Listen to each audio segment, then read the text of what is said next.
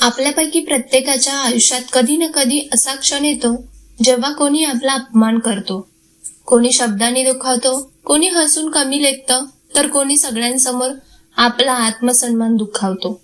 आणि त्यावेळी आपल्या मनात प्रश्न उभे राहतात की मी गप्प का बसलो, मी उत्तर का दिले नाही, किंवा मी खरंच इतका कमी आहे का. पण इथे एक गोष्ट लक्षात ठेवायला हवी की तुमचा अपमान हा तुमच्या किमतीची ओळख नसून तो समोरच्याच्या मानसिकतेचा आरसा असतो.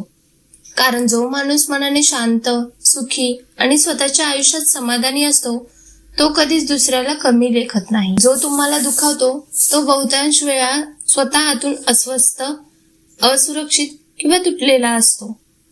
म्हणून तुमच्यावर झालेल्या शब्दांचे घाव तुमची ओळख नाही, तो समोरच्याची कमजोरी आहे. त्यासाठी पहिली गोष्ट, लगेच प्रत्युत्तर देऊ नका. अपमान झाला की राग येणं खूप नैसर्गिक आहे, कारण आपण माणूस आहोत.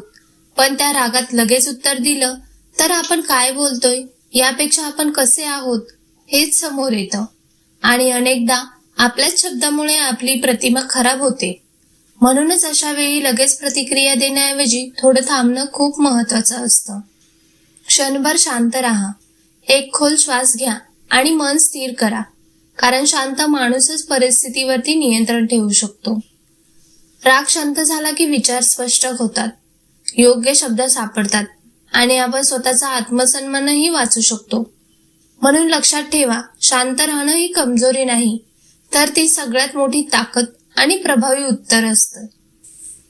नंबर 2, गरज असेल तेव्हाच ठाम बोला. शांत राहणं म्हणजे प्रत्येक वेळी अपमान सहन करत बसणं असं नसतं. काही प्रसंगी स्वतःचा आत्मसन्मान जपण्यासाठी ठामपणे बोलणं गरजेचं असतं. याचा अर्थ ओरडणं, भांडण किंवा अपशब्द वापरणं असं होत नाही.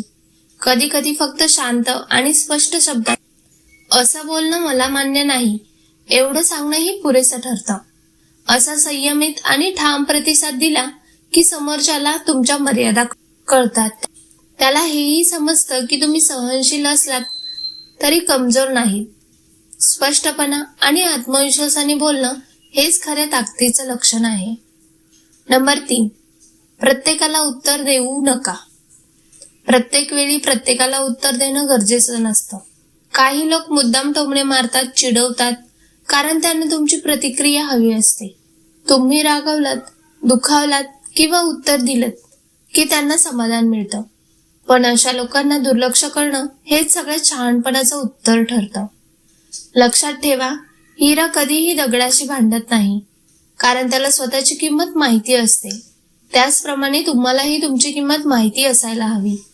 कधी कधी शांतपणे दुर्लक्ष करणं हे शब्दांपेक्षा जास्त प्रभावी ठरतं आणि तुमचा आत्मसन्मानही सुरक्षित राहतो. नंबर 4, स्वतःलाच दोष देऊ नका. अपमान झाला की अनेकदा आपण स्वतःलाच दोष द्यायला लागतो आणि मनात प्रश्न येतो की माझ्यातच काही कमी आहे का. पण हे विचार चुकीचे असतात.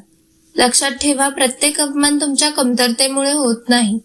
बहुतेक वेळा तो समोरच्याच्या असुरक्षिततेतून, रागातून किंवा स्वतःच्या अपयशातून येतो. जो माणूस स्वतःवरती खुश असतो तो कधी दुसऱ्याला दुखावत नाही. त्यामुळे दुसऱ्याच्या शब्दामुळे स्वतःची किंमत कमी लेखू नका. स्वतःवरती विश्वास ठेवा.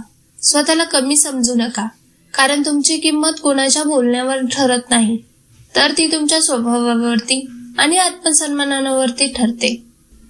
नंबर 5, मर्यादा ठरवा. जो माणूस वारंवार तुमचा अपमान करतो त्याच्या बाबत मर्यादा ठरवणं खूप गरजेचं असतं. तो मित्र असो, नात्यातला माणूस असो किंवा ओळखीचा कोणीही असो. सतत अपमान सहन करणं योग्य. नात्याच्या नावाखाली स्वतःचा आत्मसन्मान गमावू नका.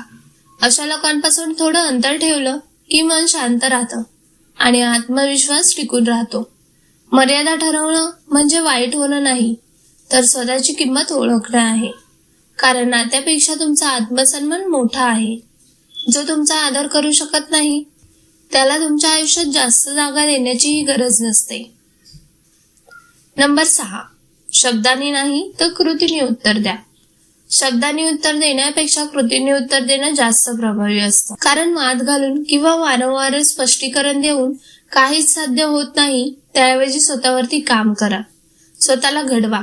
कारण तुमचं यश, तुमची प्रगती आणि तुमचा आत्मविश्वास हेच तुमचं खरं उत्तर असतं. आज लोक काय बोलतात ते उद्या बोलू शकतात, पण तुम्ही स्वतःबद्दल काय विचार करता हेच तुमचं आयुष्य घडवत असतं. अपमान सहन करणं कमजोरी नाही, पण तो रोज सहन करत राहणं हा स्वतःवर अन्याय आहे. म्हणून स्वतःचा आदर करा, स्वतःची किंमत ओळखा आणि लक्षात ठेवा, तुम्ही जे आहात ते कोणाच्याही शब्दांपेक्षा खूप मोठे आहात. धन्यवाद.